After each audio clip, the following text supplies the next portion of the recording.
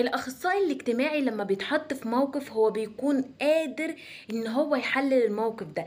ليه؟ لأن الأخصائي ليه عين بتشوف، وأذن بتسمع الكلام وتحلله، وقلب بيحس باللي قدامه، وكمان لو محتاج المساعدة ليه ايدين وبتساعد الناس، لأن دي أساس الخدمة الاجتماعية. طيب مجالاتنا كتير جدا، وتقدر ان انت تشتغل في حاجات كتير جدا، زي مدارس، مستشفيات، جمعيات، مراكز تأهيل، رعاية مسنين. بصوا حاجات كتير جدا، حتى الشركات دلوقتي بقى احيانا بتطلب اخصائيين اجتماعيين. يعني ليك في كل مكان شغل، ما تجيش تقولي مش لاقي شغل.